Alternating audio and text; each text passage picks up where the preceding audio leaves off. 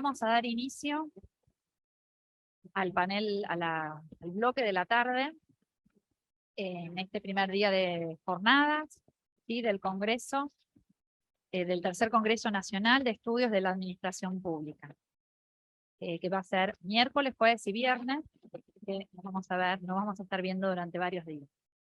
El conversatorio que voy a presentar, le pusimos de nombre, estuvimos debatiendo, muy participativo fue la conformación de este espacio, lo denominamos Entre la acción y la reflexión, y la pregunta que nos hacemos y que vamos a intentar llevar a cabo en las tres experiencias que vamos a compartir es: ¿qué aprendizajes dejó la pandemia del COVID-19 en las organizaciones estatales?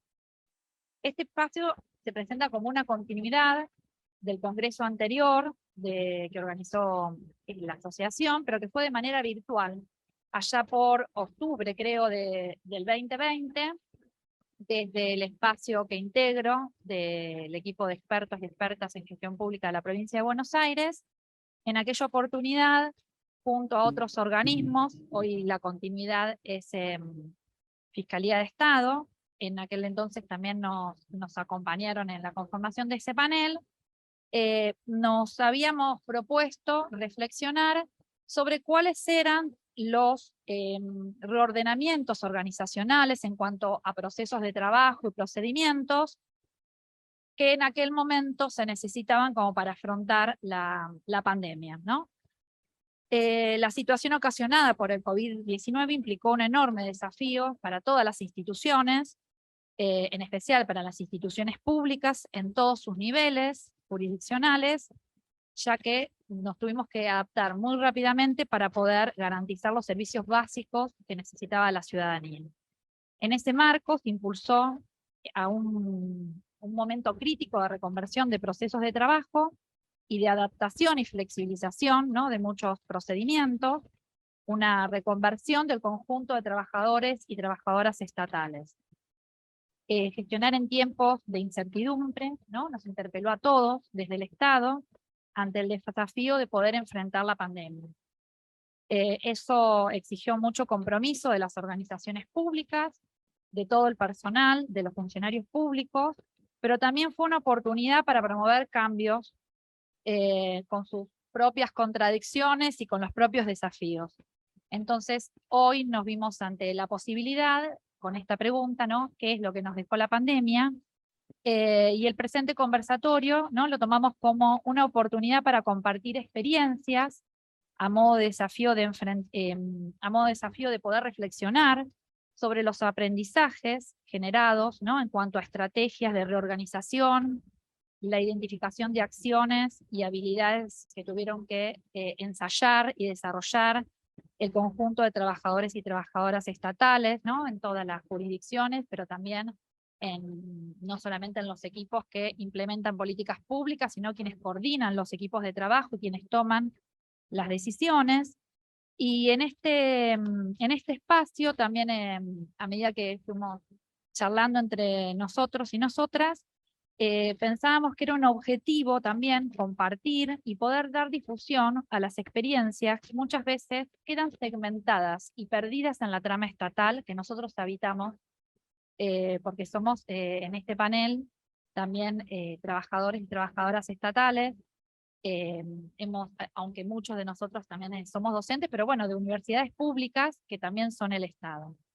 Entonces la idea era poder reflexionar a partir del propio reconocimiento de los saberes estatales, que no siempre es valorizado o que queda, ¿no?, como en un segundo plano. Este conversatorio también es una oportunidad que nos coloca ante el desafío de poder sistematizar. Es una excusa para poder reflexionar sobre lo que hacemos, sistematizarlo y darlo a difundir. Muchas experiencias que se impulsan silenciosamente, ¿no?, con el esfuerzo y el compromiso de muchos trabajadores y trabajadoras estatales, y tomamos a modo de propuesta aquello que María Bonicato llama impulsar procesos de gestión e investigación en el Estado, ¿no?, que implica generar un conocimiento colectivo de reflexión sobre lo que hacemos, sobre los cambios que se generan en el Estado y que se relacionan con las prácticas, con las competencias y con las habilidades que se desarrollan en el ámbito estatal. Y en ese sentido, ¿sí? Destaco también la presencia de equipos de trabajo, porque también hay trabajadores y trabajadoras estatales que nos acompañan entre el público. Vamos a presentar 3 experiencias. Vamos a empezar con la exposición de Sandra Jiménez, que es socióloga, hizo este estudio desde el INAP y también es docente en la UBA y en la UNPAS. Muchos de nosotros también la hemos leído, nosotros en el grupo de trabajo también leemos su trabajo, porque muchas veces trabajamos con la cuestión de competencias en el empleo público. Después vamos a continuar con la exposición de Fiscalía de Estado a cargo de Eray Arce, que es socióloga, y Facundo Urtiz Berea, que nos van a comentar, sí, van a trabajar sobre el impacto de ese regreso a la presencialidad en los organismos públicos, particularmente las estrategias organizacionales para promover mejores condiciones de bienestar en este contexto para los trabajadores y trabajadoras del Estado, y luego la experiencia del Hospital de Niños de La Plata, el Hospital Provincial, donde se va a reflexionar sobre un disparador de un cambio organizacional que tiene que ver con la implementación de la propuesta integral del proceso de gestión de turnos de consulta ambulatoria. Así que por una cuestión de espacio, estamos nosotros acá arriba, pero después vamos a hacer un cambio mágico de, de personas y de silla. Bueno, te paso la palabra, Sandra. Bueno, buenas tardes, ¿cómo están? A todas y a todos. Voy a agradecer primero a María Laura. No sé si te gusta que digan María Laura o María Laura. A María Laura, bueno, eh, la invitación a este intercambio de experiencias, dado que, como ella decía, muchas veces gran parte del trabajo que hacemos desde el Estado, en tanto trabajadoras y trabajadores, queda invisibilizado, y creo que algo de eso incluso ha sucedido ahora en la pospandemia, podemos llamar así. Yo voy a presentar como algunas de las conclusiones que pude realizar de un trabajo que estuve haciendo en el INAP. Yo ahora hace 2 meses que me fui del INAP por razones personales, pero la investigación que voy a presentar la hice en el marco del Instituto Nacional de la Administración Pública y surgió a pedido de las autoridades, digamos, del INAP. En el momento yo soy trabajadora estatal desde 1999, la mayor parte de mi trayectoria fue en desarrollo social de la Nación. En el 2020, en marzo del 2020, 10, 15 días antes de que empezara la pandemia, me pasó al INAP. Y entonces en ese momento me hacen la propuesta, como también la gestión estaba iniciando, de hacer una investigación en una clave muy microcotidiana. Como el coordinador de INAP en aquel momento, lo que me propuso es como hacer algo con mucho más modestia. Por supuesto, de lo que hizo Mintzberg en su momento, que les fue a preguntar a los directores de empresas, bueno, ¿qué les daba resultado en la práctica cotidiana? ¿No? ¿Qué aspectos del día a día les servía, digo, tomando cierta distancia de lo que puedan decir los manuales sobre qué hay que hacer? Bueno, en la práctica te dan resultado a veces cuestiones que no necesariamente están escritas en los libros. Un poco la idea del trabajo que yo empecé a hacer tenía un poco ese espíritu. Entonces, estuve a lo largo del primer año realizando un trabajo donde entrevisté a mandos medios. Yo, cuando diga directoras, directores, lo estoy diciendo en un sentido amplio. Entrevisté a directoras, directores, coordinadoras, coordinadores, jefes de departamento, que es una figura que en la Administración Pública Nacional casi que está desapareciendo, y entrevisté trabajadoras, trabajadores, más o menos siempre con las mismas preguntas, de un lado y del otro, y después hice como una composición de todas esas entrevistas y el análisis, y ahí jugué con un concepto que es gramática de la dirección, que es un concepto que trabaja Florencia Lucy en su tesis de doctorado que hace sobre el management, pero a mí me pareció que era una definición interesante para poder traer a este trabajo. Y la gramática de la dirección, me parece que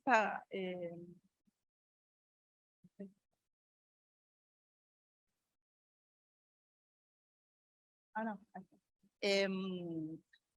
Me parece que es un concepto interesante que me permitió acompañar todo el trabajo, que tiene que ver entendiendo la gramática de la dirección como un saber saber, es decir, un saber profesional, pero que además se conjuga con un saber hacer, que es esto de la práctica cotidiana, porque una cosa es lo que aprendemos, ¿no?, en nuestras carreras profesionales, y después en la lógica del día a día, teniendo que implementar objetivos programáticos, conduciendo un equipo, trabajando atendiendo a la ciudadanía, etcétera. Digo, en eso se va desarrollando un saber hacer que es absolutamente situado y específico al espacio estatal. Los que trabajamos en el Estado sabemos todas las vicisitudes que uno enfrenta cotidianamente en el trabajo. Entonces, la gramática de la dirección comprende al mismo tiempo un saber profesional, un saber hacer, un saber convivir. Yo le puse ahí en esto de, bueno, fundamentalmente las directores que dicen que la relación con el equipo de trabajo es como nodal para el trabajo que se hace. Entonces, eso lo englobo como un saber convivir. Y además un saber situacional, que es decir, bueno, cada institución tiene una lógica propia, tiene una cultura organizacional, tiene una historia. No es lo mismo desarrollo social que ciencia y técnica o Cancillería, digamos, ¿no? Como que cada una de estas, todo es la administración pública nacional, pero cada dependencia a su vez tiene su propia cultura. Entonces, la gramática de la dirección engloba todo esto. La experiencia que les voy a comentar ahora, voy a intentar ser más o menos sintética, en realidad con ese concepto de gramática de dirección, me propusieron, bueno, veamos qué pasó con la gramática de la dirección deseable, le puse yo gramática de la dirección deseable, en el marco de la pandemia del COVID. Entonces, ahí volví a entrevistar a directores, directoras en sentido, directoras y coordinadores. Lo hice como en 2 trabajos de campo separados, entrevisté 10 personas en cada uno de ambos trabajos. Uno de esos, el primer trabajo que hice, el núcleo fue, bueno, voy a entrevistar primero a personas que trabajan en áreas sustantivas, que son las que llevan adelante, ¿no?, los objetivos, que podríamos decir, como los objetivos políticos de la gestión de gobierno. Y por otro lado, voy a entrevistar a directores de áreas de apoyo, ¿no?, las áreas como más estructurales, rendición de cuentas, político, contabilidad, etc.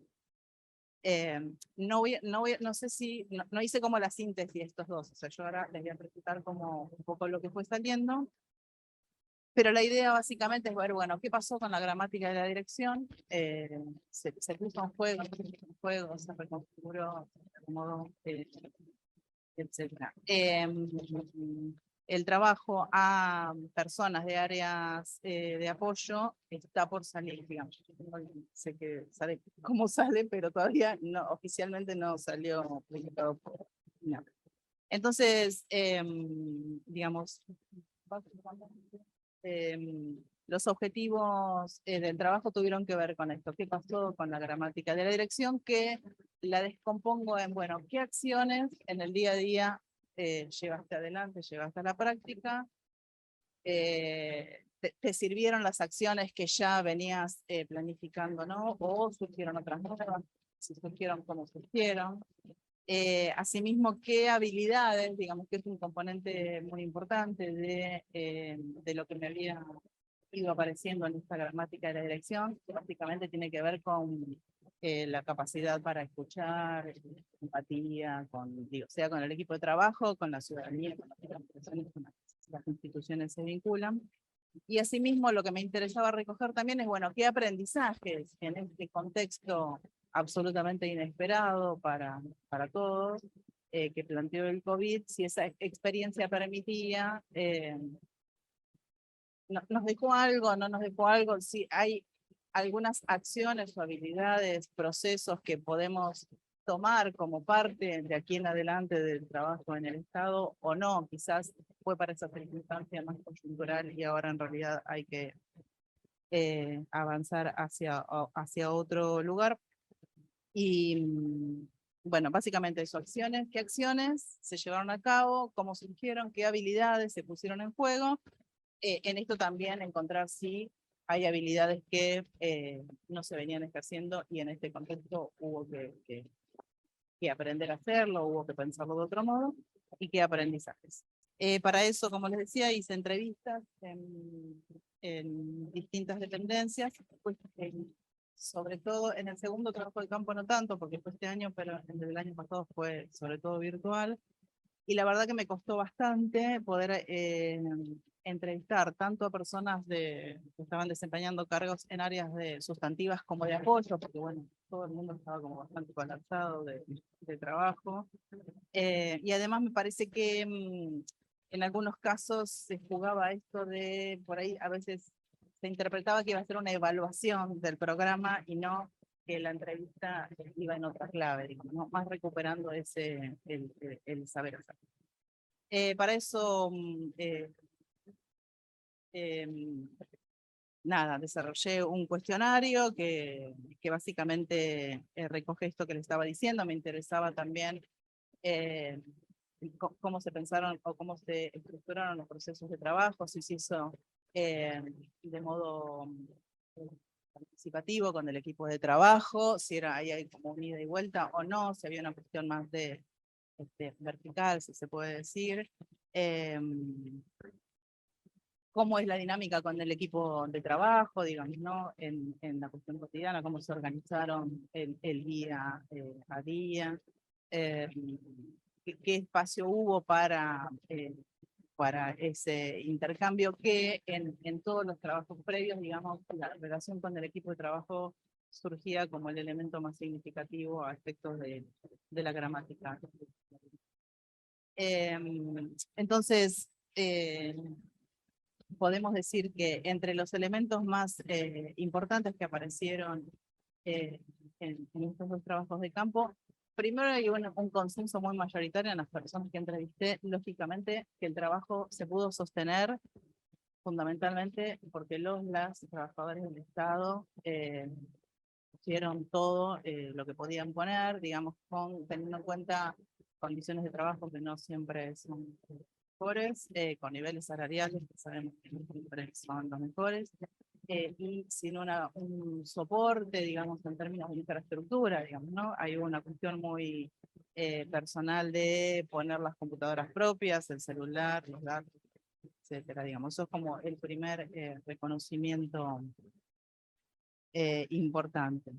Después, entre las acciones como más significativas, las personas que entrevisté comentaban que lo que les sirvió fue la planificación participativa. Esto ya había salido en ese trabajo anterior, digamos, como un elemento muy importante de poder fijar objetivos claros, fijarlos con el equipo de trabajo, rediscutirlos, todas las veces que sea necesario en un marco, digamos, de ida y vuelta.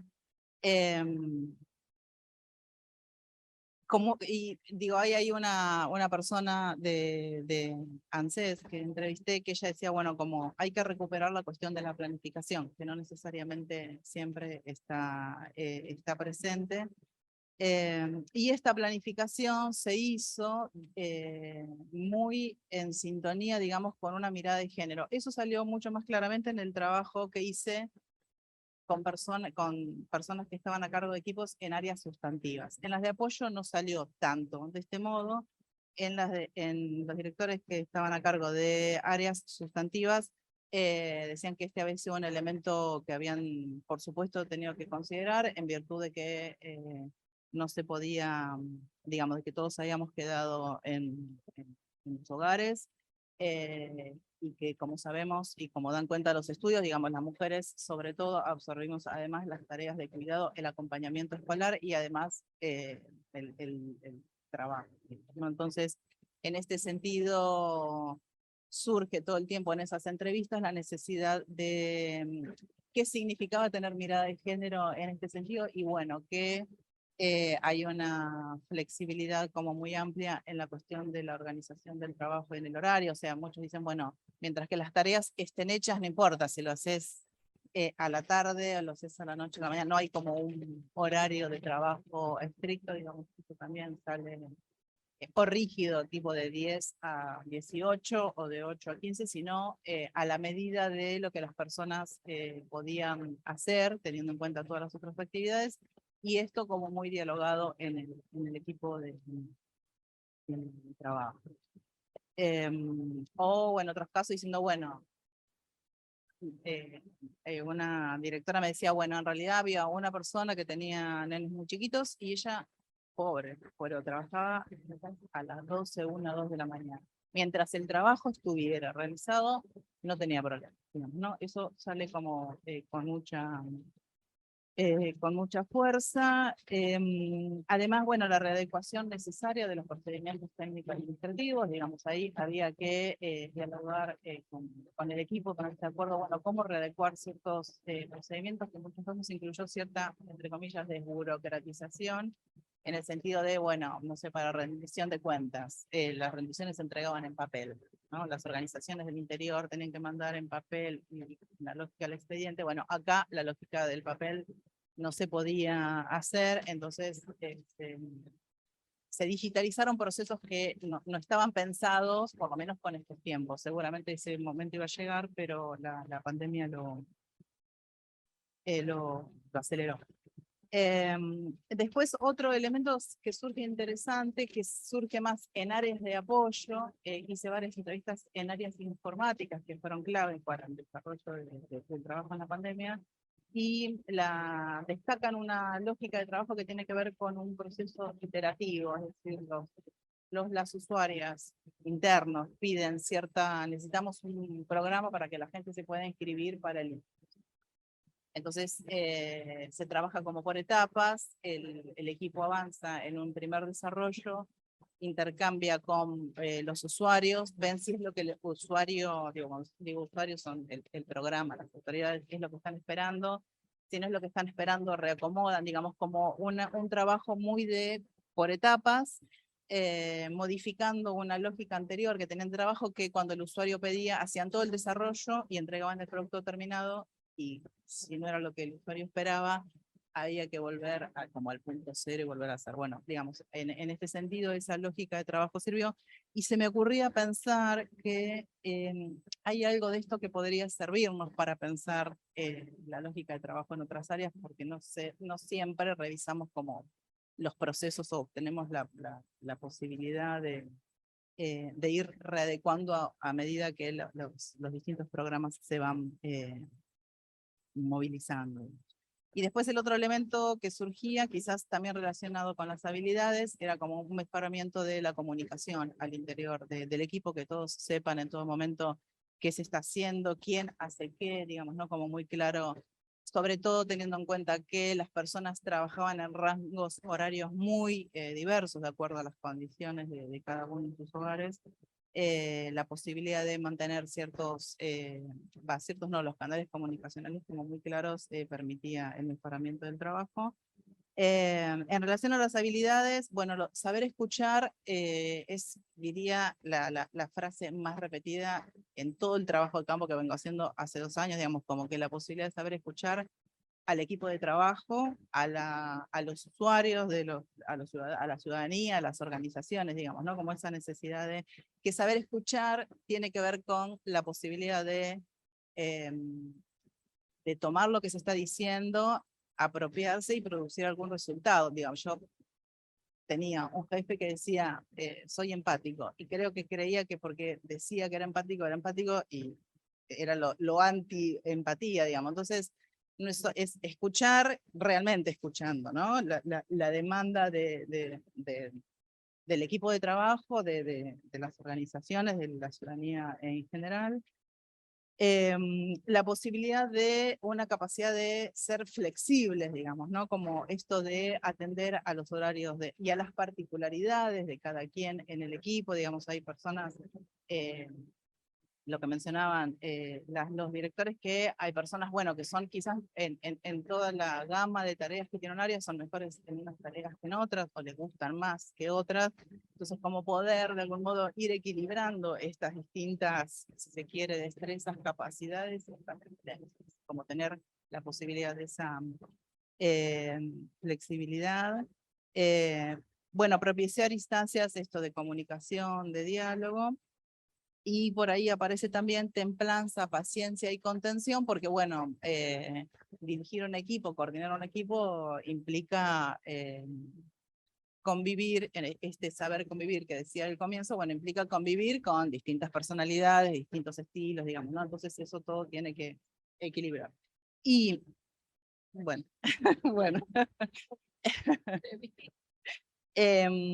No, y el otro eje que era relacionado a los aprendizajes o las necesidades, digamos, surge muy claramente la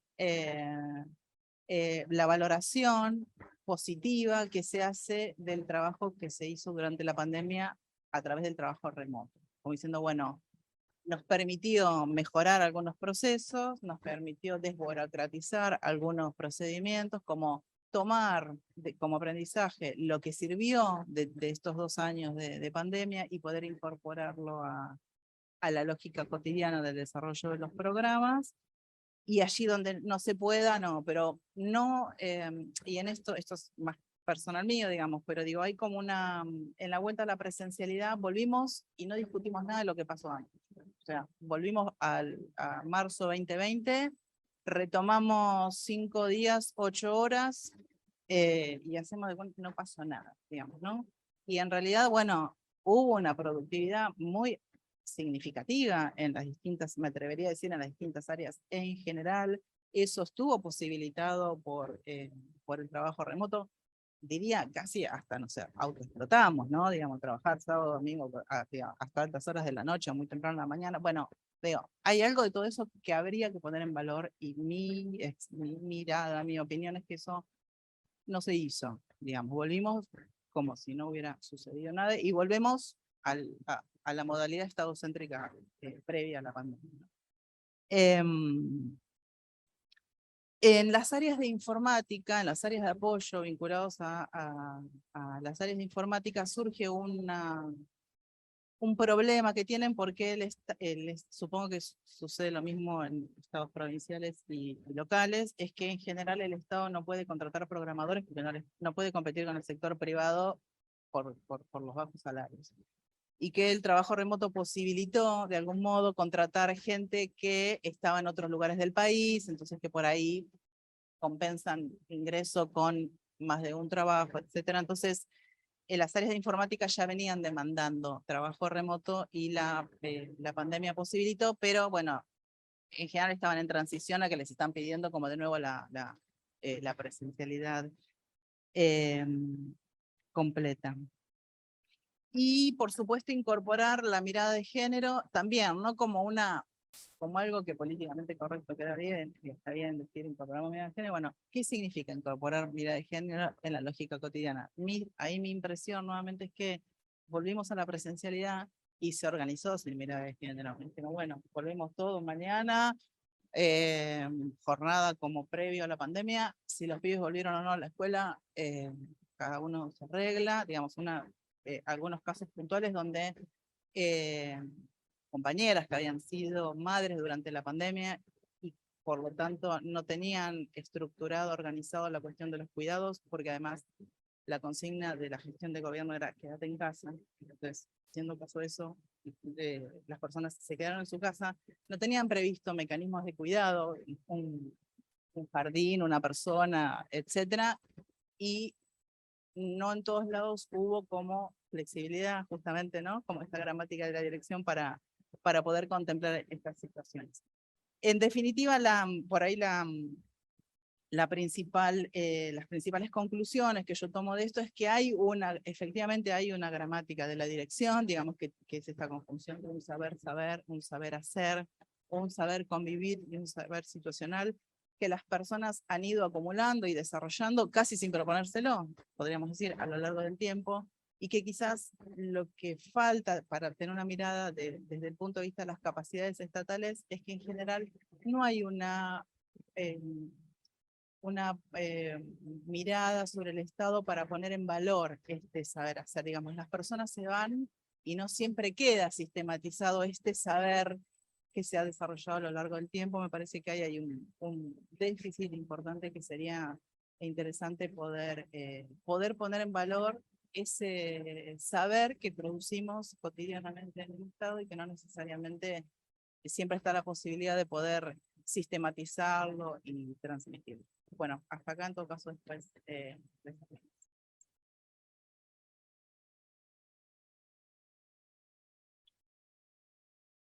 Bueno, damos paso a la siguiente experiencia, Eraí y Facundo. Sí. ¿Quieren este micrófono también? Se lo pongo. Sí. Bueno, buenas tardes a todos y a todos. Mi nombre es Eraí Arce y junto con Facundo Bultiperea, que es psicólogo laboral, vamos a presentar un poco la experiencia de la Fiscalía de Estado, un poco retomando esto que plantea Sandra y que veníamos charlando, que es qué pasó en el después, ¿no? Hay otra mesa en este congreso que plantea esto del día después.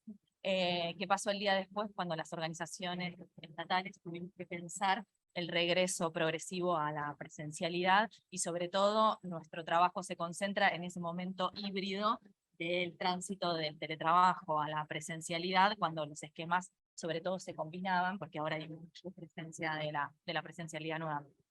En primer lugar, agradecerle a Laura Pagani que nos invita a pensar en continuidad con el congreso anterior y con el panel anterior, cuáles son los desafíos de trabajar en el Estado en este contexto excepcional de emergencia sanitaria y que siempre nos está invitando al equipo de Fiscalía a participar y a contar nuestras experiencias. En segundo lugar, agradecerle a Agostina Cacó, que es la subsecretaria de Secretaría de Planificación Estratégica, y que a pesar de que estamos Facundo y yo explicando o exponiendo esto es un trabajo en equipo. Por supuesto, una cosa de las que relevamos en el primer relevamiento del teletrabajo es que más allá de que los procesos del Estado se pudieron llevar adelante, los procesos del Estado son profundamente colectivos, y había ahí una falta, digo, más allá de los resultados, sí se cumplían con los procesos de trabajo, pero reponer algo de lo grupal y colectivo nos resulta como importante para pensar esto de la vuelta a la presencialidad. Este es un trabajo que estamos llevando adelante con compañeros y compañeras de la subsecretaría y también con las autoridades de la Fiscalía de Estado, quienes están en representación de Agostina hoy, así que gracias por acompañarnos. Bueno, la idea... Para aquellos y aquellas que no saben, la Fiscalía de Estado es un organismo de la Constitución de la provincia de Buenos Aires, dentro de lo que es el esquema de control de la provincia de Buenos Aires, que es bastante distinto a cómo se da en nación, en ciudad y en los municipios. Es un organismo que principalmente ejerce la defensa del patrimonio del fisco y tiene como dos misiones principales, que es el control de legalidad de las actuaciones administrativas y la defensa en juicio de los intereses provinciales. Ahí la Fiscalía desde hace un tiempo en adelante estamos trabajando como para impulsar una ampliación de lo que es este concepto que antes era un poco más restrictivo de la misión institucional sobre el patrimonio del fisco y entender los intereses de la provincia o la defensa de los intereses de la provincia como una defensa amplia de derechos, de los derechos de los bonaerenses y de las... Se dice así. Bien, para decir algo de esto que Sandra traía, es importante pensar todas estas transformaciones organizacionales de manera situada. La Fiscalía de Estado es un organismo de control que tiene muchísimos años de historia, más de 130 años de historia, y que tiene una organización institucional, una cultura. Las miro a las chicas porque sé que son alumnas y estos conceptos les van sonando de cosas que estudian. Una cultura organizacional más apegada a la tradición, con una planta de personal altamente calificada, compuesta en un 80% dentro de su estrato profesional por abogadas y abogados, y que tiene un componente bastante distinto a otros organismos de la provincia, que es que tiene una planta de personal en un 98% de estabilidad. Los mandos medios, así como las líneas estratégicas, tienen como, por la misión también de la figura del fiscal de Estado, son vitalicios. Entonces, bueno, eso le da a trabajar con los mandos medios, que es un poco también como en espejo a lo que Sandra presentó lo que nosotros también vamos a presentar, un carácter distinto a lo que podrían ser los mandos medios de otros organismos a nivel nacional o a nivel provincial. Dicho esto, voy a mencionar algo que también Sandra, voy a estar haciendo todo el tiempo mención a la presentación de Sandra porque van como un poco en continuidad, algo que trabajamos para pensar cómo pensar los desafíos del día después son los antecedentes, digamos. Esto es como un hilo de continuidad entre lo que veníamos trabajando durante el teletrabajo y antes para pensar cuáles eran las condiciones de posibilidad de pensar el regreso a la presencialidad. Acá creo que sí hubo un esfuerzo institucional, sobre todo en la línea estratégica, de pensar que el pasaje no sea automático y de pensarse estrategias para capitalizar algo de lo que había sido el tiempo del ASCO anterior y del teletrabajo y pensar el después. A veces, como deben haber dicho los directores y directores, a veces no se puede o sus resultados no son como se diseñaron, pero sí hay, y es lo que venimos a contar, cómo fue el momento de reflexión sobre lo que había sucedido durante la pandemia y el después. Los antecedentes principales de este trabajo que venimos a presentar son las condiciones de posibilidad que el organismo construyó a partir de la planificación estratégica que venía llevando desde el 2016 y sus consecuentes planes operativos que dejaron a la Fiscalía de Estado en el 2020 en una condición de posibilidad de pasar al teletrabajo casi sin, digamos, impacto sobre sus procesos sustantivos, lo cual no quiere decir que no haya impactado, ¿no?, en las lógicas de organización. Los resultados de la evaluación final que hicimos durante el 2020, que nos permitieron dar cuenta de cuál era el lugar en el que estábamos, con qué competencias contábamos, con qué resultados, para pensar cómo incorporar algo de lo que pasó durante el teletrabajo a la presencialidad. Algo sobre la mirada de las competencias y del personal, pensando cuál era el plantel de personal y sus competencias, con qué contábamos para pensar el salto al híbrido o al después, ¿no?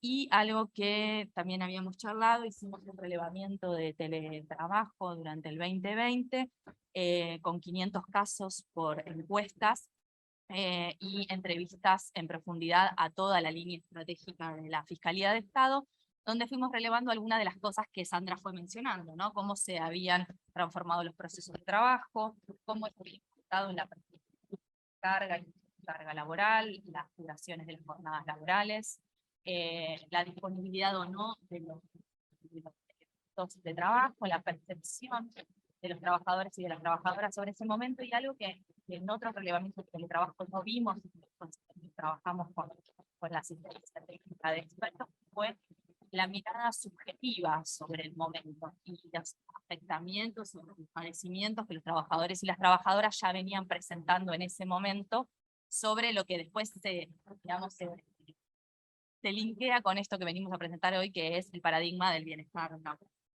Ahí solo voy a hacer, voy a decir una cosa, perdón, este relevamiento de teletrabajo que nosotras y nosotros hicimos estuvo completamente atravesado y transversalizado por una mirada de género.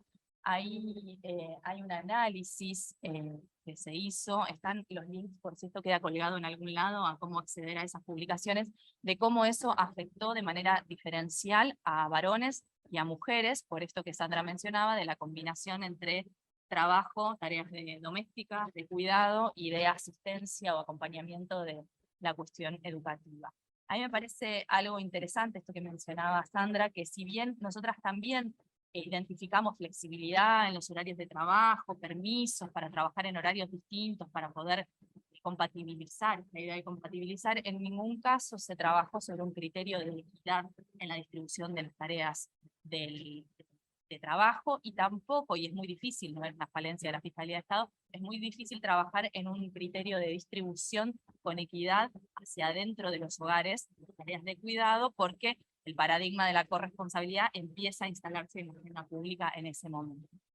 Acá traje, no sé si se llega a ver ahí, pero hay algunos resultados que ya presentamos en el anterior congreso, pero que sí son el link a lo que queremos presentar ahora, que es algunas cuestiones subjetivas de cómo los trabajadores y las trabajadoras valoraban en ese momento el trabajo, el teletrabajo durante el ASCO. Si ustedes ven, hay valoraciones muy buenas sobre el teletrabajo, entre muy buenas y buenas, pero cuando consultamos por la percepción sobre dificultad para combinar tareas laborales y tareas del hogar, se ve acá no se ve nada, pero ustedes créanme, se ve una sobrecarga al decir que se pudo combinar con mucha dificultad, sobre todo en el caso de las mujeres. Y cuando preguntábamos por percepciones del momento, ahí lo pueden ver en una nube de palabras, las principales menciones en ese contexto tenían que ver con la incertidumbre, con la ansiedad y con el cansancio, que lo trajimos porque va a aparecer en la etapa del después, ¿no? Cómo este momento fue vivenciado de esta manera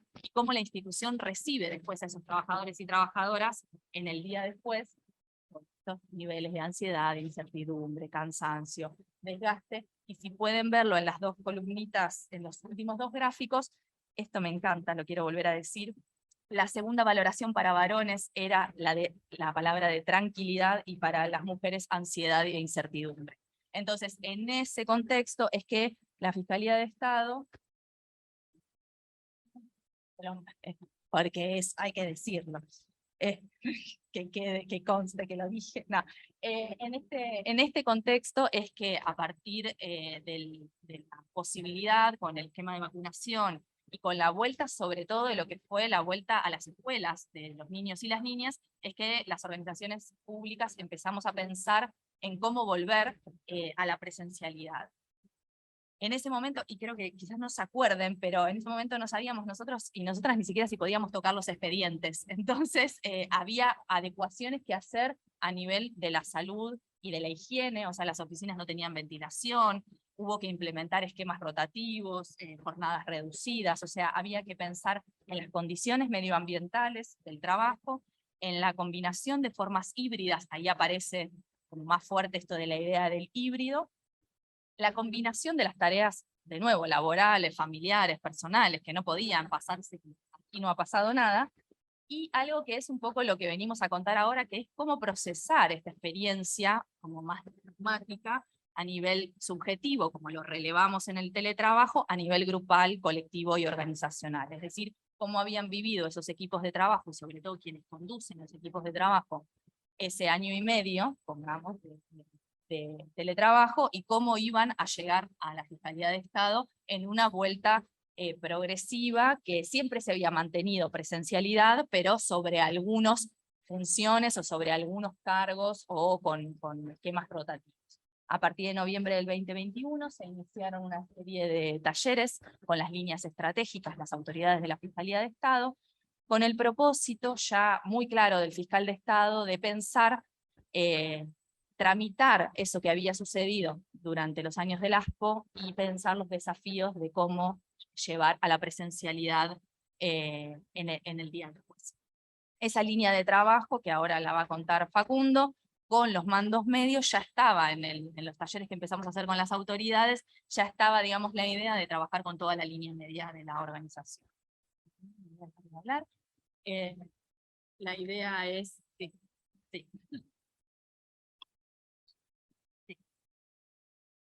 Bueno, bárbaro. Intentaremos brevemente escribir algo del diseño de la actividad que supuso el dispositivo para poder relevar algunos de estos indicadores y pensar en función de eso luego algunas conclusiones estratégicas. Mi formación de grado es psicólogo, me especializo en psicología del trabajo y si bien tengo casi 20 años de hacer intervenciones en organizaciones, nunca me habían convocado para algo como esto, porque suponía, a mi entender, una complejidad muy particular, dado que era una convocatoria que se pudo desarrollar gracias al apoyo sustancial del fiscal de Estado, de su convencimiento, y también obviamente de Agostina, la subsecretaria en la cual se encuadra este equipo de trabajo, pero que suponía, entre otras cuestiones, generar dispositivos, actividades con un equipo de gente que tiene rango de ministro, básicamente, tanto el fiscal de Estado, los adjuntos y los subsecretarios, una gente muy habituada a participar de talleres o de actividades, y no era simple pensar qué hacer con ellos, mucho menos qué dinámica, convocarlos a levantarse del asiento, hacer algo, bueno, no era tan simple. Pero no estaba ahí solo el desafío, porque en realidad alguna vez con esos rangos pudo haber trabajado. El punto es que debíamos consolidar una línea de articulación sin mandos medios. Yo llamo mandos medios a los secretarios y jefes de relatores, ¿bien? que tienen un rol que también es estratégico, como el fiscal de Estado y los subsecretarios, pero que también tienen los pies puestos en la operatividad cotidiana. Y en un tercer nivel, y me falta el cuarto, que creo que va a ser más interesante, que estamos empezando en estos días, pero el tercer nivel es el de las direcciones y jefaturas. Hay muchos puntos en común con el trabajo de Sandra. Y digo, el cuarto es el que empezamos ahora, que tiene que ver ya con el personal en general, ¿no? Entonces, bueno, no era tan simple consolidar una línea articuladora. Por otro lado, en los objetivos, en los objetivos se nos habían planteado 3 líneas importantes de relevamiento. Uno tenía que ver con el nivel de impacto que suponía en cada uno en la subjetividad de todos ellos, en términos del atravesamiento de la pandemia, en los 3 niveles. El otro aspecto tenía que ver eventualmente con revisar cuáles eran las fortalezas y las debilidades que tenía esa organización luego de ese proceso, con dónde estábamos parados, y quizás también poder pensar algunas competencias, ¿no? Que tenemos aquí justamente, competencias requeridas para una apropiada gestión. Por eso la actividad se denominaba liderazgos en contextos de incertidumbre, y fuimos cambiando el nombre según pasábamos hacia otros niveles. Entonces ya era gestión de equipos de trabajo, ¿no? Era posicionamiento frente a la incertidumbre.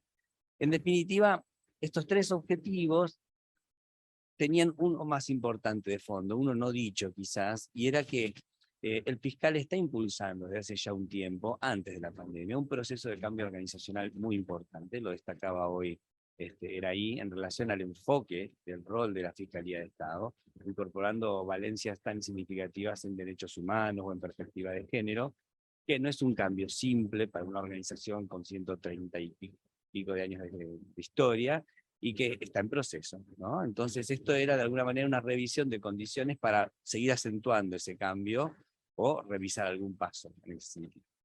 Bueno, en este aspecto las dinámicas fueron dándonos algunos emergentes importantes, algunos de orden urgente, otros más, en todo caso, trascendentes. Este indicador, que tampoco se ve nada, pero no importa. Está bien.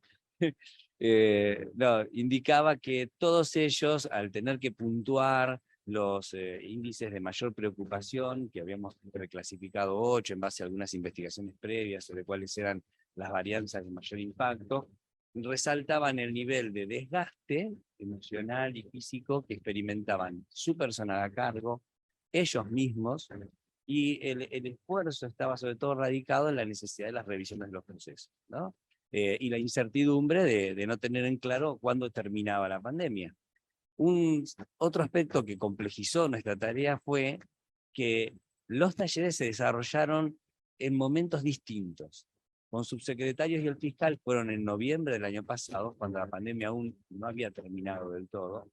Con los mandos medios se fue desarrollando entre marzo, abril, mayo, donde aún todavía la pandemia estaba todavía latente, y los últimos talleres se desarrollaron estos días, realmente en estos días, estamos terminándolos, y claro, las realidades iban mutando, y también las ansiedades iban disminuyendo o se iban reconfigurando hacia otros aspectos. Dicho esto, entonces, dentro de lo urgente, aparecieron las necesidades de poder dar espacios de contención, tanto a nivel colectivo como individual, para el conjunto de trabajadoras y trabajadores, entre los que estaban ellos mismos, los participantes de los talleres, porque no dejan de ser trabajadores o trabajadoras porque tengan un rol estratégico, para poder en todo caso tramitar alguna revisión de lo acontecido en términos de su compromiso y de su desgaste, pero también en función de una visión prospectiva. Es algo también que vos mencionabas, ¿no? Sobre de qué manera aprovechar algo del aprendizaje que nos había forzado a atravesar la pandemia. En este sentido, hay algunos elementos que aún están en estudio, pero algunas dinámicas de virtualidad se piensan necesarias y hasta convenientes. La pandemia casi que obligó a la organización en acelerar ciertos procesos que estaban en desarrollo, pero que no terminaban de plasmarse y que se impulsaron y se avanzó aún más. Y por otro lado, aparecían entre lo urgente la necesidad de pensar estrategias de revisión de algunos procesos específicos, sobre todo en la tramitación de expedientes, que no es un problema pandémico, sino que ya era preexistente, que venía de la mano del progresivo avance tecnológico en el Poder Judicial y que decanta en Fiscalía de Estado. Pero ya saben, Fiscalía es el organismo que defiende los intereses de la provincia de Buenos Aires, y entonces cualquier juicio contra el Estado pasa por ahí. Entonces la digitalización de los procesos hace que, digamos, que se multipliquen las causas que ingresan a Fiscalía. Y ese es un tema de alta complejidad porque no se resuelve solo con incorporación de personal, cosa que, por cierto, tampoco es factible, decreto mediante, pero además por ciertas cuestiones de recursos económicos obvios, y todo proceso de transformación tecnológica lleva su tiempo y necesita de justamente una progresión. Eventualmente, en esas líneas, después lo vas a terminar de decir vos, porque ya va a cerrar esto, obviamente, como corresponde, pero el fiscal y la organización, después de estas revisiones, van a llegar a la conclusión de la necesidad de fortalecer líneas de trabajo en la renovación y profundización de los cambios tecnológicos y también en las estrategias de bienestar laboral, en tanto y en cuanto claramente han quedado, digamos, se han producido costos emocionales, aún en un colectivo de trabajadores y trabajadoras que afrontó quizás con menos impacto que otros el proceso pandémico, porque esta es una organización que también se caracteriza por una muy fuerte identidad con la organización y con el colectivo que la compone. Después podríamos clarificar por qué, pero lo cierto es que son problemas. En todo caso, en este aspecto también quiero resaltar, para el resultado, que algunas de las transformaciones que la pandemia nos deja son de tal magnitud, que están no solo afectando el clima laboral, la cultura organizacional, sino que están poniendo en cuestión algunas identidades centrales de esa organización. El cambio en algunos aspectos procedimentales, voy a citar solo un ejemplo, la multiplicidad de causas que ahora supera casi en 3 o 4 veces lo que antes un abogado tenía que tramitar, no le impide un abordaje con el tiempo y la calidad técnica que ellos eventualmente pregonaban y sostienen y quieren sostener, ¿no? Los expone a una intervención un poco más acelerada, quizás a veces, de ese enfoque jurídico. Y eso está haciendo alguna situación de pequeño conflicto sobre lo cual hay que trabajar, ¿no? Porque además la Fiscalía se enorgullece de su rol y de su capacidad de trabajo, y en ese aspecto se está trabajando para seguir garantizando esas calidades, ¿no? Sí, yo ya sé. En definitiva, digo, las conclusiones, podrían ser más amplias, pero presenté los emergentes más significativos. Estamos trabajando en intervenciones que van a nivel organizacional, colectivo e individual. Algunos espacios ya preexistían, como justamente el espacio de escucha, que ha recibido muchísima más gente, y estamos tratando de aunar esfuerzos para que se potencien entre sí las estrategias, por ejemplo, preexistentes en relación a la perspectiva de género y a la prevención de la violencia de género, con otras acciones que tengan más que ver también con otros complementos del bienestar laboral, como puede ser simplemente algunas iniciativas de detección temprana de afecciones psíquicas o de riesgos psicosociales. Bueno, las conclusiones. Pasa el power, pero bueno, para terminar, nos parecía importante mencionar que este hilo, como si pudiésemos... Sí, ok. Si podemos trazar un hilo conductor entre lo que fue el inicio de la planificación estratégica en la Fiscalía de Estado, el desarrollo de las líneas de trabajo que nos permitieron llegar al teletrabajo quizás en mejores condiciones que otras organizaciones o no, para pasar a hacer el trabajo en nuestras casas, y lo que implica pensar el después, o sea, qué queda de este momento y el ahora, nos lleva a un momento donde la organización toda está pensando cómo incorporar estos nuevos desafíos al próximo plan estratégico de la Fiscalía de Estado, donde, como decía Facundo, hay 2 elementos centrales que atraviesan la planificación, que son, por un lado, las líneas de trabajo vinculadas al bienestar laboral, y por otro lado, las líneas de trabajo vinculadas a la digitalización completa de los procesos de trabajo y también a la incorporación de inteligencia artificial a los procesos de trabajo, que va a permitir, no se pueden pensar tecnologías y bienestar laboral por separado, sino que los pensamos como en un arco de vinculación, sobre todo porque entendimos que garantizar los procesos sustantivos con una mirada de derechos no puede hacerse si adentro de la organización no hay procesos de trabajo que garantizan la equidad, la igualdad, la no discriminación. ¿Sí? Por eso estamos trabajando en esta línea de bienestar laboral que va desde cuestiones de prevención hasta cuestión de resolución de conflictos. ¿Sí? Repensar los esquemas y los procesos de trabajo. Hoy nos encontramos desarrollando una prueba piloto de hibridez en algunos procesos de trabajo para no descartar, digamos, lo que se aprendió, que se podía llevar adelante de manera remota. El fortalecimiento de los canales de comunicación, que es algo que también Sandra mencionó, la importancia de que toda la organización conozca qué se está haciendo, para dónde se va y por qué, y que eso se vio de alguna manera estallado, con cada quien atomizado, con cada quien en sus hogares. Y por último, y resalto para mí una de las cosas más importantes que esto nos deja, la incorporación de dispositivos tanto individuales como grupales con los talleres y organizacionales de prevención en este marco amplio de bienestar, donde vamos a trabajar, bueno, como decía Facundo, en el próximo desafío, que es trabajar con los trabajadores y las trabajadoras en dispositivos grupales, pero también el fortalecimiento de los dispositivos que ya teníamos de abordaje de situaciones de violencia por razones de género, a dispositivos que puedan alojar digamos, el padecimiento, los malestares, las discriminaciones, las situaciones de acoso con las que las personas están trabajando hoy en esta organización como en otras, porque lo estamos también construyendo en diálogo con lo que otras organizaciones también están haciendo. Esta es más o menos la experiencia, perdón, nos extendimos. Muchas gracias. Bueno, buenas tardes a todos y todas. Muchas gracias, Laura, por invitarnos a compartir este panel. Creo que el contexto de pandemia nos ha dado la posibilidad de quizás descubrir habilidades y conocimientos y recursos que no conocíamos que teníamos.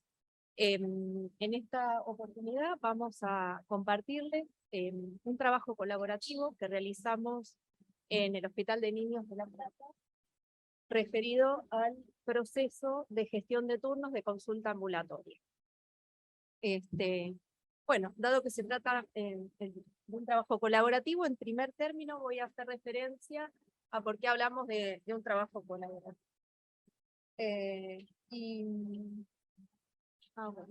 Bueno.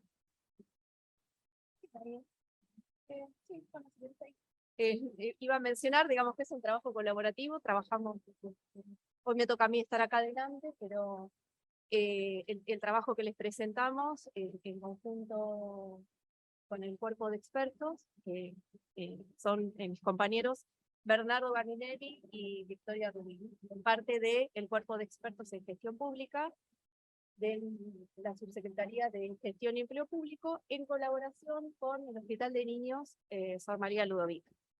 Este trabajo colaborativo surge a partir de lo que denominamos asistencias técnicas, que es la modalidad que trabajamos desde el cuerpo de expertos, y que lo denominamos como un espacio de consulta y asesoramiento al cual recurren los organismos públicos en búsqueda de solución de problemas de gestión. Ok.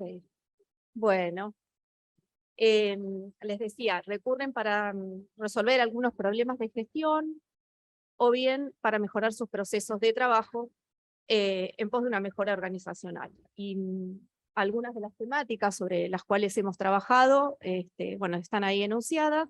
En este caso, nos convoca el hospital para mejorar el proceso de gestión de turnos. Algunas de las características que nos definen y que nos permiten trabajar en conjunto con las organizaciones tienen que ver porque tenemos una dependencia dentro de la provincia, pero somos ajenas a la organización, lo cual nos da la posibilidad de tener un criterio profesional independiente. Trabajamos de manera analítica, con objetividad, porque al no pertenecer a la organización de la cual formamos parte, nos permite poder escuchar a todos los actores que trabajan en la organización y no tener una visión de la problemática que puede verse contaminada, digamos, por las realidades que cada uno transita. Ese trabajo lo hacemos en equipo, nosotros trabajamos de manera interdisciplinar dentro del cuerpo y a su vez nos sumamos a los equipos de trabajo de la organización que requiere la asistencia técnica. A su vez, ese trabajo que brindamos, lo hacemos, hablamos de que tenemos flexibilidad, ya que la respuesta que se le da es a medida y en virtud de los recursos y necesidades que la organización plantea, a diferencia de lo que a veces denominamos las consultoras, no trabajamos con enlatados, sino que la solución que se da es específica para esa problemática que los convoca. Bueno, obviamente la ética también está en nuestras características porque, digamos que para poder dar una mejor solución tenemos que conocer cuál es la realidad del organismo, se conocen quizás datos, información o documentación sensible y nosotros tenemos el deber de confidencialidad con la organización. Y por último, otra característica que nos define es que la finalidad última de toda asistencia técnica es dejar capacidades en la organización, es decir, que aquellas actividades que se promueven desde la organización en el ámbito de la asistencia técnica puedan seguir funcionando, puedan ser apropiadas por los actores de la organización, incluso que puedan adoptarlas y mejorarlas en sus prácticas de trabajo. Bueno, acá un poco, digamos, cómo se instrumenta formalmente este trabajo colaborativo. La asistencia técnica se dispara a partir de una nota de pedido que hace la jurisdicción, en este caso la hizo el hospital, en el mes de marzo del 2020, digamos, la antesala de la pandemia. El objetivo de la dirección en ese momento fue mejorar el proceso de gestión de turnos sin saber lo que se venía después. Bueno, así que ya con el hospital y hablando de lo que nos enseñó la pandemia, digamos, la vinculación fue totalmente remota. Tuvimos meses y meses trabajando, digamos, con ellos por Zoom, por Meet, y esta formalización que les cuento de cómo organizamos el trabajo, bueno, tuvimos reuniones con las autoridades, hacemos un conocimiento preliminar de la organización, historia, estructura orgánico-funcional y demás, y en función de nuestra formación y nuestras incumbencias, bueno, se decide, digamos, dar curso a la asistencia, se conforma un equipo de trabajo, se ajusta en función, digamos, de las realidades organizacionales. Firmamos un documento que es, digamos, el instrumento por el cual se hacen los compromisos recíprocos y se ordenan las actividades a realizar junto con los objetivos, resultados y productos esperados. Y en este caso, digamos, que le ponemos a comentar, ahí, uno más, hablamos de productos esperados. En la asistencia técnica, los que han resultado sustantivos en este proceso de pandemia, con referencia al proceso que la organización quería mejorar, que es el proceso de gestión de turnos, fue un informe diagnóstico preliminar del proceso de gestión de turnos. El proceso de gestión de turnos del hospital fue considerado en su integralidad, porque es un proceso transversal.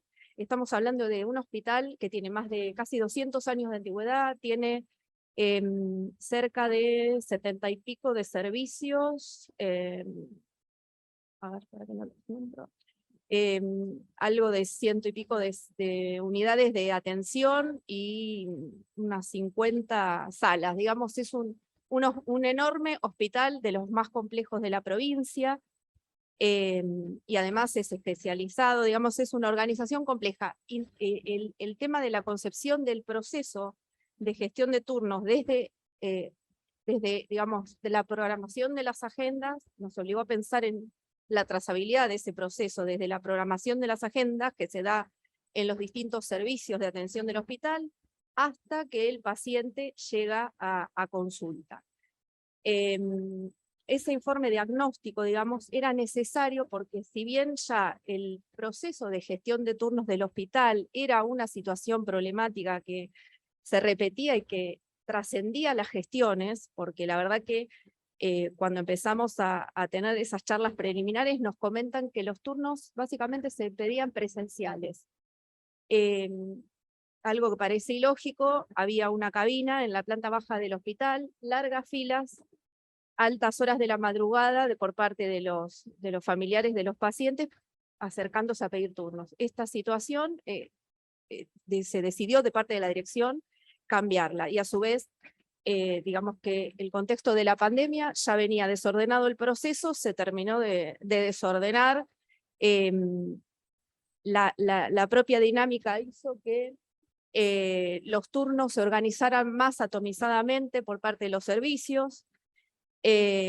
Así que bueno, este informe diagnóstico nos sirvió para saber cuál era el punto de partida, que no era el original inicial del hospital cuando nos convoca, porque ya estamos hablando de que este relevamiento lo empezamos a hacer de mes de mayo a julio del 2021, digamos, o sea, pleno contexto de pandemia. Ahí volvimos a recurrir a las tecnologías de la información y la comunicación para hacer este diagnóstico. Nos manejamos con Google Form para hacer una serie de cuestionarios para ver cómo se organizaban los distintos servicios, qué sistemas se utilizaban, porque si bien había un sistema informático del hospital, no era utilizado por todos los servicios de la misma forma y en todos los casos. Había registros en papel, se registraba en distinta oportunidad. Bueno, en definitiva, esto nos dio el punto de partida para otro segundo producto.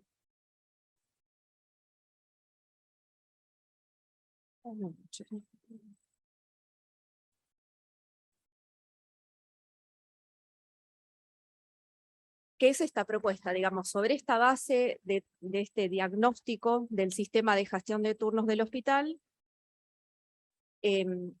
nosotros le proponemos, y el hospital también con su mirada, acordamos esta propuesta del proceso integral de gestión de turnos, en los cuales nos planteábamos ciertas líneas orientadoras, que en definitiva es, digamos, ¿qué el común de la gente esperaría de un sistema de gestión de turnos? Que sea ágil, que sea accesible, que sea simple, y que dé respuestas en tiempos razonables. Eso, en definitiva, era lo que tratamos de buscar con esta propuesta. Y bueno, la visión también de la dirección, de cómo quería que fuera ese sistema de gestión de turnos, era que se tuviera una agenda integral, que estuviera informatizada, centralizada, y que por reglas generales, digamos, se maneje desde la central de turnos, si es que la oportunidad de la consulta no era la forma más inmediata de conseguir el turno.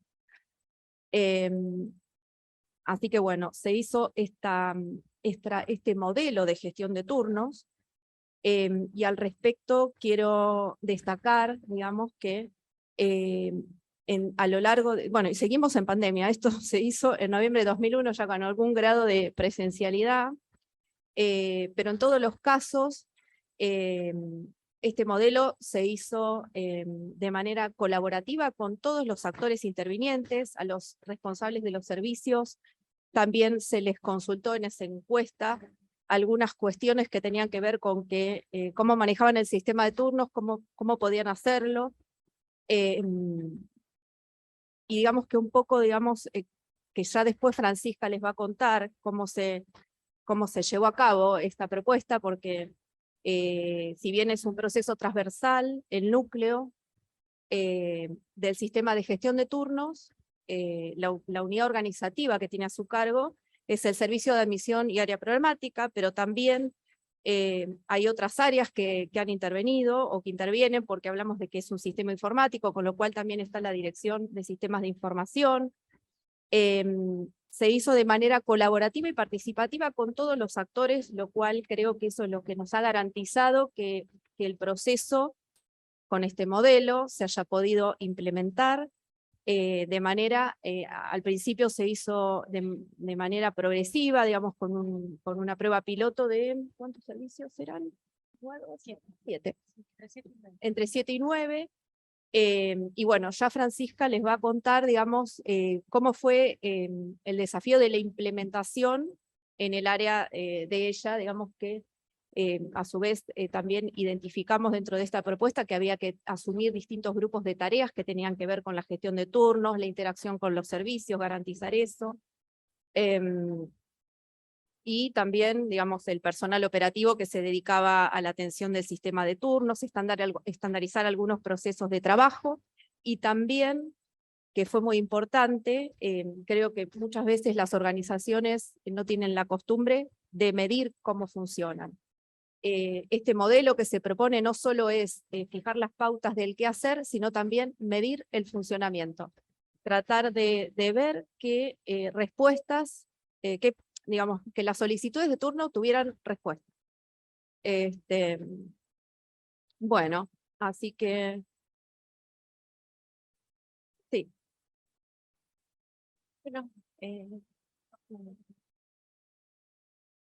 Bueno, una última cuestión.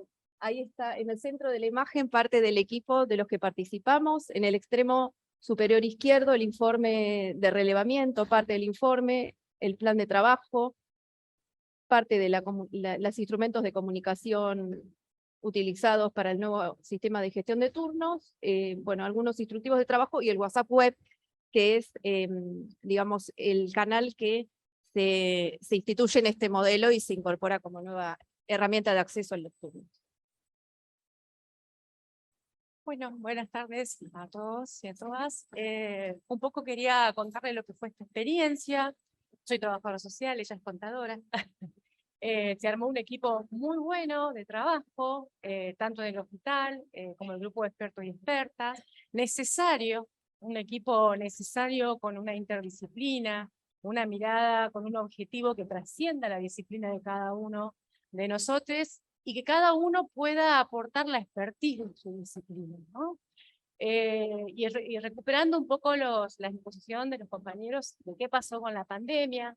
Recordemos que la pandemia como crisis estructural puso en jaque a la asistencia de todos los hospitales, la provincia de Buenos Aires en el proceso de puesta a punta de los hospitales, no solamente lo que implica la asistencia a nivel de terapias intensivas, guardias, laboratorios, también lleva consigo la modernización de la parte gestiva, ¿no? Porque muchas veces la parte gestiva es la parte más abandonada, si se quiere, de diferentes instituciones, ¿no? Como pareciera que queda en el marco de lo burocrático, ¿no? Esa cosa, yo escuchaba atentamente del saber, y el saber cómo saber, o sea, cómo en esto la gestión es súper importante, ¿no? Cómo muchos de nosotros que venimos de disciplinas de base asistenciales y que luego en los diferentes ministerios o hospitales o escuelas nos formamos en la gestión, cuesta mucho eso que lo entiendan los otros compañeros de la disciplina de base. Y a partir de ahí, en esta implementación de la estrategia, que empieza, como ya Laura lo expuso en el año pasado, implicó la charla con los servicios, que fue muy ardua, subir y bajar escaleras, ir y venir, y de alguna manera centralizar y de alguna manera compartir la agenda con los servicios.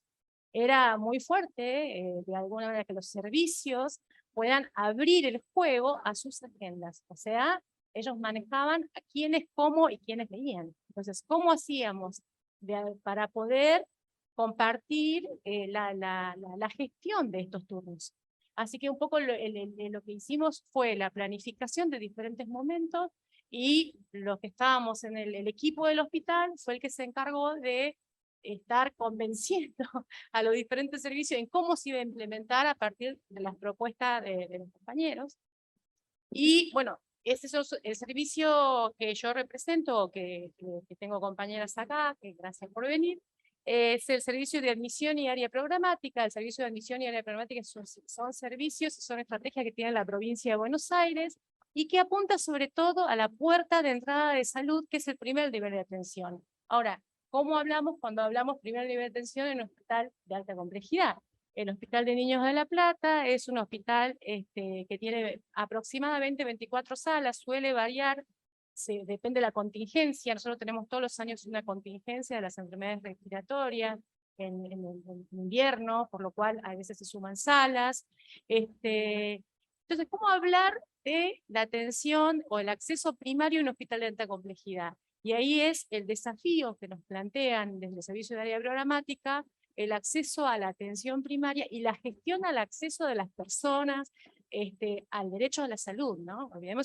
Recordemos que es un hospital público, y es a partir de ahí que el servicio de área programática no solamente tiene como objetivo lo que es la asistencia, sino también la investigación y la gestión. Eso a nosotros nos colabora muchísimo a la hora de trabajar con otros actores y pensar cómo hacer la gestión y tener una planificación, porque si no pareciera que queda que nos juntamos 2 o 3, lo armamos y listo, y así las cosas. O sea, esto fue un proceso muy trabajoso, de mucho tiempo, pero bueno, hoy podemos decir que está caminando. Nuestro servicio tiene central de turno, admisión, ingreso y egreso hospitalario, que es toda la parte de los niños cuando se internan y se externan, epidemiología, por lo cual estuvimos bastante ocupados, y SAPS, que es un espacio interdisciplinario que ahora se inaugura, que son los que salen a terreno. Fortalezas que dentro del equipo, bueno, yo soy epidemióloga, tengo una compañera pediatra que trabajó mucho tiempo en el primer nivel de atención, por lo cual la gestión, el saber, la formación, o sea, que no es que nosotros tenemos una formación de grado, sino que aprendimos lo que es la gestión, nos formamos en la gestión, y eso hizo que la fluidez del equipo sea de alguna manera mucho más rica y con mayores resultados, ¿no? Y a partir de ahí, eso reforzó mucho las estrategias que ya tenía el área programática, que es mejorar el acceso a la salud. Vaya si no venir desde Pergamino estar en el hospital a las 5 de la mañana, o sea, salir el día anterior, para poder cazar un teléfono, porque no podés llamar un teléfono de Pergamino, porque las líneas están ocupadas, entonces hay que venir al hospital, llamar como si fuese el banco. ¿Se acuerdan Movistar, que antes tenía el teléfono? Bueno, tal cual, y lograr que alguien te conteste. Entonces, ¿qué pasa? El jaque que nos pone la pandemia es cómo mejoramos el sistema de salud. Si nosotros en la pandemia estuvimos, mucha gente sabía, para las clases los niños, algún celular se tuvieron que encontrar las familias de más bajos recursos para que sus niños puedan acceder a las clases. Entonces, toda esta cuestión nos puso a nosotros en atención de elegir el WhatsApp como la mejor forma, porque también pensamos en una app, pero decíamos, bueno, ¿cómo las personas tienen un celular con una capacidad grande para bajar una app? Entonces pensamos de todas formas, y la mejor forma que lo pensamos fue la central de hacerlo el turno por WhatsApp. Otra cosa que también trabajamos es el tema de las redes, ¿no? Cómo tratar de generar una red de contención y atención a los diferentes servicios para gestionar todo el tiempo las problemáticas que surgen una vez que se inicia la atención en WhatsApp. Porque todo el tiempo hay, che, escúchame, me dieron más turno. No te digo más turno, pero acá hay una mamá, y sí, la mamá va a decir, porque quiere que atienda a su hijo, que hay más o no, resolver algunas cuestiones que surgen, y eso implica, acá está mi compañera Laura, que sube, baja, va, viene, estar permanentemente con redes, formalizar las redes, que eso ya no sea informal. Rovere siempre decía, ¿no? Tiene su fase informal y su fase formal. Y un poco eso es lo que estuvimos para trabajar. Bueno, la central de turno comienza en el año 2011, así como también la construcción del servicio de área programática. Y en ese momento se inaugura lo que es este pequeño telefonito que les contaba recién. Es una cabina pequeña, yo tengo una foto, la gente iba, llamaba, y a partir de ahí se sacaban los turnos, ¿no? En ese momento fue innovador, hoy una locura. Entonces ustedes fíjense cómo, de alguna manera, la importancia de la innovación y la modernización. Y justamente también en ese momento también empezamos a trabajar lo que son las redes con los centros de salud. Ahí sí ya estaba el WhatsApp para los centros de salud, que no todos tenían teléfono, entonces el centro de salud sí podía llamar y gestionar un turno. Hoy lo seguimos teniendo en WhatsApp. Les traje algunos gráficos, un poco para contarles que cuando inicia el central de turno, ese era el porcentaje de servicio que nosotros teníamos para dar turno, hoy lo duplicamos, Así que eso de alguna manera hace que convenzamos a los otros servicios para que se sumen, porque si bien es una línea de la dirección, los servicios tienen autonomía, ¿no? Sigamos. Sí. La otra. Sí. Esa. La anterior. Ah, La anterior. ahí. Acá tenemos cómo se incrementa, ustedes vieron cómo se va incrementando los turnos por WhatsApp. Antes eran muy bajos, todo lo que son los ingresos. Todo tipo de ingresos. No significa turno ni significa respuesta, sino la cantidad bruta. Claro, seguimos. Ahí. Y esto fue lo más importante porque para nosotros nos sirvió evaluar el sistema. O sea, no son los turnos otorgados, sino más bien la finalización de una conversación. Eso implica que la persona que está al otro lado entiende el sistema, que para nosotros fue fundamental para poder seguir, ¿no? Y bueno, por ahí decir que el 95% de las llamadas de WhatsApp en el último mes tuvieron respuesta, digamos. Bien. Se cerró la conversación. Y por ahí muchas cosas, algunas cositas para detallar, es esto que les decía, las personas ya no tienen que viajar y acampar en el hospital, tienen el acceso aunque sea a la información, o sea, el WhatsApp es mucho más dinámico.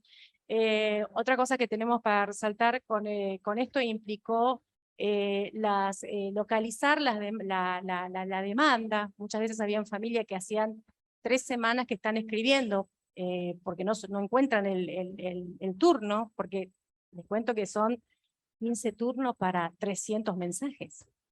Entonces, cuando eso sucede, que alguien que no encuentra, los compañeros lo pueden registrar, lo ponen en una hoja aparte y hacen una excepción. Eso por teléfono no sé, o sea, hay como cierta flexibilidad al no ser automatizado, no es una máquina, hay una persona que lo resuelve. Otra cosa también, que escuchaba a los compañeros que decían, bajar la tensión. No es lo mismo que te llame un papá muy enojado y te diga cualquier cosa y vos tenés que seguir atendiendo, que leerlo por WhatsApp. Entonces entre ellos se comentan y baja la tensión al responder a la familia, baja la tensión después. O sea, mejoró muchísimo la comunicación. Sucedieron otras cosas, organizar las agendas, que no estén amontonadas, o sea, ¿qué es la agenda cuando dan turno? Entonces, si yo tengo neumo en plena pandemia, era lo que más se pedía. Entonces, alejemos del lunes, por ejemplo, que era donde más ingresos había, reorganizar el personal, o sea, cuando hay mayor demanda, más personal, cuando hay menor demanda, que se distienda, que ese día no venga. Entonces, sí, yo garantizo que haya más gente en lunes y martes. Y un poco les traje algunas, terminando ya, sigamos las... creo que sí. El equipo, bueno, la importancia del equipo técnico, nosotros tenemos quién se encarga de sostener la red, quién se encarga de analizar los datos y la coordinación. Ahí pasó el golpe. Ah, no, sí, ya está. Ahí. No, el anterior. Ah. Este es el equipo técnico, Laura es pediatra, Eduardo es epidemiólogo, quien se encarga de hacer todo el análisis de datos. Acá, este es el anterior. El anterior. No, el anterior. El anterior. Acá. Este es el equipo ideal que nosotros le plantamos a la dirección. Recién lo logramos el mes pasado, tener 4 computadoras. O sea, eso fue un esfuerzo grande. ¿Para qué? Para achicar la brecha de la contestación. O sea, si no, el mensaje entraba a la cola, lo podíamos responder a la tarde. A la 1 cierran los mensajes, hasta las 4 se puede responder. Seguimos manteniendo el mail y el llamado, por eso hay una computadora sola, sigue habiendo ese proceso.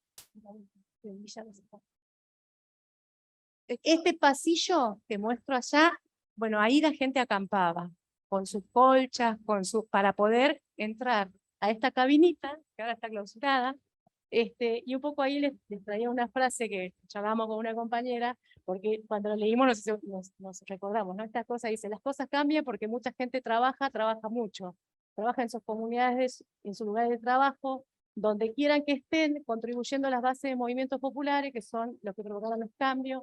Así es como sucedió en la historia. Porque lo real es que trabajamos mucho, pareciera que era todo muy administrativo, pero cuando vimos este resultado, fue como alentador. Sí, fue como una imagen visual. Gracias.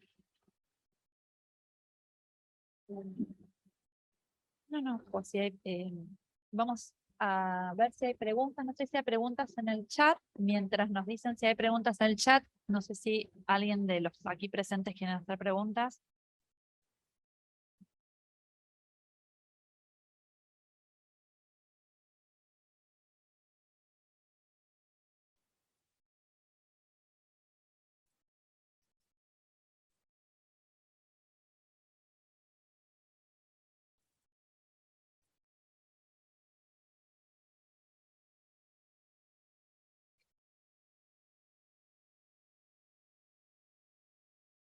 Hay distintos proyectos respecto a nivel provincial de la modernización de todos los hospitales. Nosotros no podíamos esperar, digamos. Entonces empezamos a hacer este trabajo yendo a otros hospitales y ver cómo daban los otros. Había ya una implementación con turno con WhatsApp. La diferencia es que ellos nos proponen todo protocolizado. Desde qué plantilla, cómo responder, cuánto tiempo se tarda, el horario, a qué hora suena la alarma que ya no ingresan más turnos, o sea, está todo protocolizado, digamos. Esa es la diferencia que tiene la propuesta de pero no encontramos buena respuesta de los familiares de los pacientes. No se lograba un entendimiento y decidimos que era mejor hacerlo manual. Nos llevó un aprendizaje. La primera semana de implementación fue cambiar y manejar, dar de vuelta. En realidad fue el primer día. Nosotros Sí. avanzamos a las 10, me dicen los chicos, estamos locos, no entiende la gente, y ellos con la compu estaban desesperados. Había el plan B, no es que no, estaba planificado. Y largamos el plan B y el plan B funcionó. ¿Por qué? Porque nuestra población, Hospital de Niños de La Plata, nosotros entendemos que tenemos personas que nos cuesta mucho, digamos, es muy laborioso. Entonces sí o sí necesita un interlocutor del otro lado. Sí, igual yo lo que quería destacar respecto de eso es que ya como el público, digamos, los pacientes del hospital son recurrentes, ya saben ellos qué documentación presentar al momento de pedir el turno. Ya dejamos de aplicar la estandarización de decirle qué documentación y qué fotos tenían que mandar, salvo la orden de derivación, que es algo que cambia permanentemente, según el caso, pero ya el paciente sabe cómo pedirlo al turno. Por una cuestión de tiempo hacemos las dos preguntas juntas, así Y ya las redireccionamos.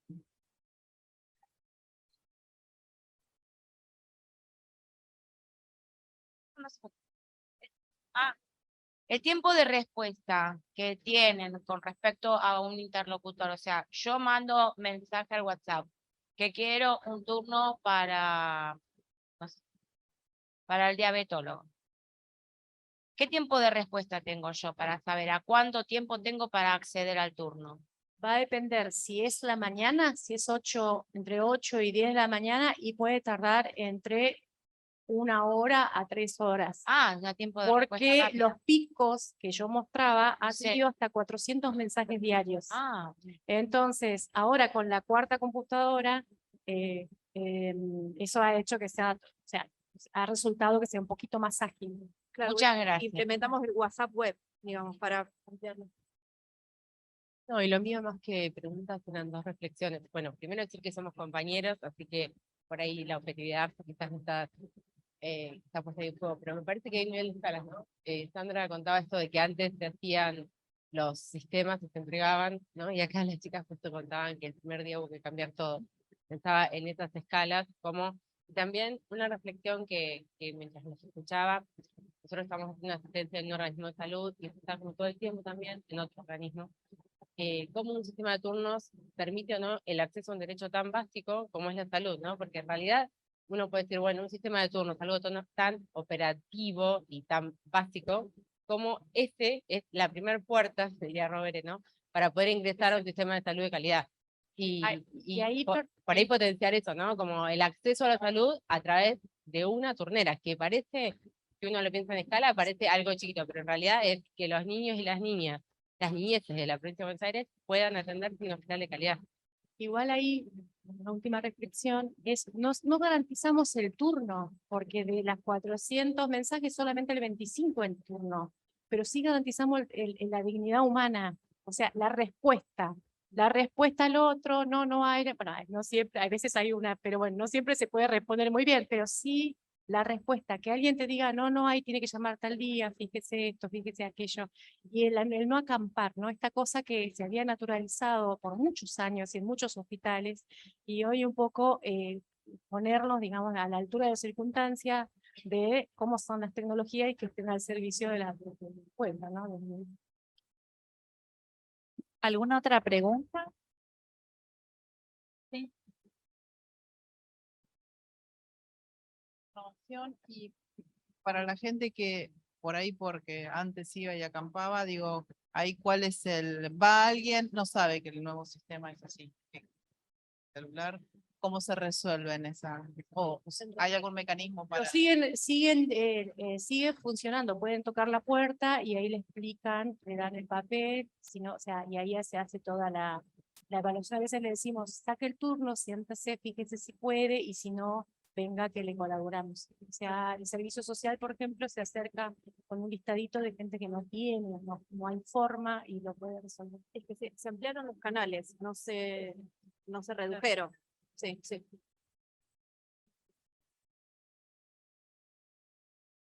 ¿Alguna otra pregunta?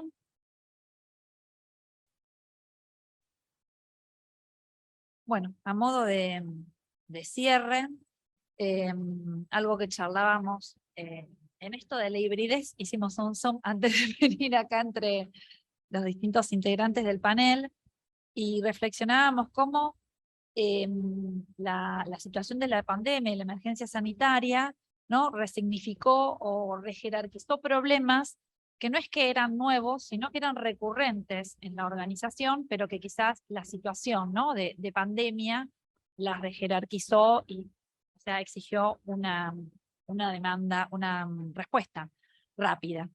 Y después, a partir de las 3 exposiciones, me gustaría compartir sintéticamente algunas cuestiones. Cómo aparece, porque apareció en las 3, la cuestión del saber, ¿no? Y que yo me hacía una pregunta, ¿no? ¿Dónde se aprende a trabajar en el Estado? En el Estado. ¿Dónde se aprende a gestionar en el Estado? Pero ¿quiénes después escriben sobre el Estado? Bueno, muchos, en los medios. Bueno, o que estudia, pero que bueno, no lo vivencia. Entonces, recuperando el saber profesional, porque me parece que es fundamental, es la base, digamos, disciplinar e interdisciplinaria, ¿no?, que muchas veces reúne la cuestión laboral, pero también recuperando estos otros 2 saberes que me parece muy importante, el de lo relacional, ¿no?, que nombró Sandra, y el situacional, ¿no? Y que me parece que el profesional se retroalimenta del relacional y que obra sentido en una situación y en un contexto en particular. Y que eso implica trabajar en el Estado, ¿no? Tener como norte que el resultado siempre tiene que ser la atención y garantizar derechos, que también son 2 preocupaciones, ¿no?, que aparece tanto en Fiscalía de Estado, o sea, de modo muy distinta, y en el hospital, y que aparece en las 3 exposiciones una palabra que me parece central para garantizar esos derechos, que es la palabra escucha, ¿no? Y que cuando pudimos escuchar, ¿no?, que es lo que necesitan, en este caso, las personas que esperan algo del Estado, o que esperan todo del Estado porque no tienen nada, ¿no?, cuando se presenta un amparo a Fiscalía de Estado, o cuando se espera un turno médico por una cuestión de salud, el Estado debe dar respuesta, ¿no? Y cuando tanto nos preguntamos en este siglo sobre el tema de la innovación y nos centramos solo en la tecnología, creo que acá quedó de manifiesto, ¿no?, que la tecnología tiene que ser un medio para la inclusión y no un fin en sí mismo, y algo que retomo de lo que dijeron Eraí y Facundo, que no podemos pensar en brindar un servicio que tenga en cuenta la calidad de la atención o el bienestar de los bonaerenses y las bonaerenses en este caso, si no pensamos también en el bienestar de quienes trabajamos en el Estado. Y cierro con 2 cuestiones que apareció tanto en la frase que compartiste, Francisca, y cómo inició Sandra también su exposición, ¿no?, que se pudo sobrellevar la pandemia y surfear todas las dificultades por el gran esfuerzo de todos los trabajadores y trabajadoras estatales. Gracias.